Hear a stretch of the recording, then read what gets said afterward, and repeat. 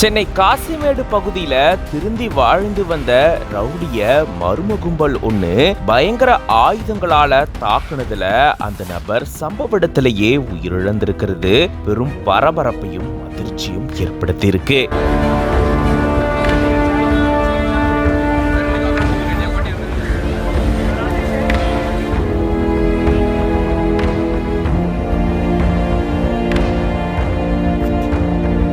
எதுக்காக இவரு கொலை செய்யப்பட்டிருக்காரு, என்ன நடந்தது அப்படின்ற கோணத்துல போலீசார் விசாரணையை மேற்கொண்டுட்டு வராங்க.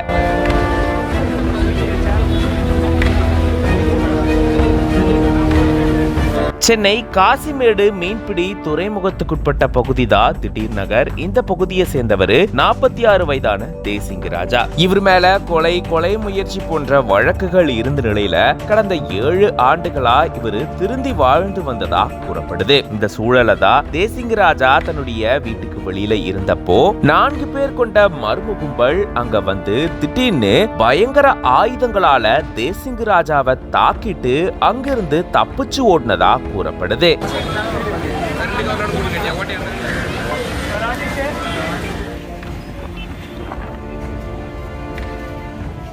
இத பார்த்த அக்கம் பக்கத்தில் இருந்தவங்க உடனடியா ஆம்புலன்ஸ்க்கு தகவல் தெரிவிச்சிருக்காங்க. ஆனா ஆம்புலன்ஸ் வர்றதுக்கு முன்னாடியே தேசிங்க ராஜா உயிரிழந்ததா கூறப்படுது. இதை தொடர்ந்து தகவல் தெரிஞ்சு சம்பவ இடத்துக்கு வந்த போலீசார் உயிரிழந்த தேசிங்க ராஜாவுடைய உடலை கைப்பற்றி பிரேத பரிசோதனைக்காக அரசு ஸ்டான்லி மருத்துவமனைக்கு அனுப்பி வச்சிருக்காங்க. எதுக்காக இந்த கொலை நடந்தது, முன்விரோதம் காரணமா அப்படின்ற பல்வேறு கோணங்கள்ல போலீசார் தீவிர விசாரணையில ஈடுபட்டு வராங்க. இந்த சம்பவத்தால அந்த பகுதியில பெரும் பரபரப்பும் அதிர்ச்சியும் ஏற்பட்டிருக்கு.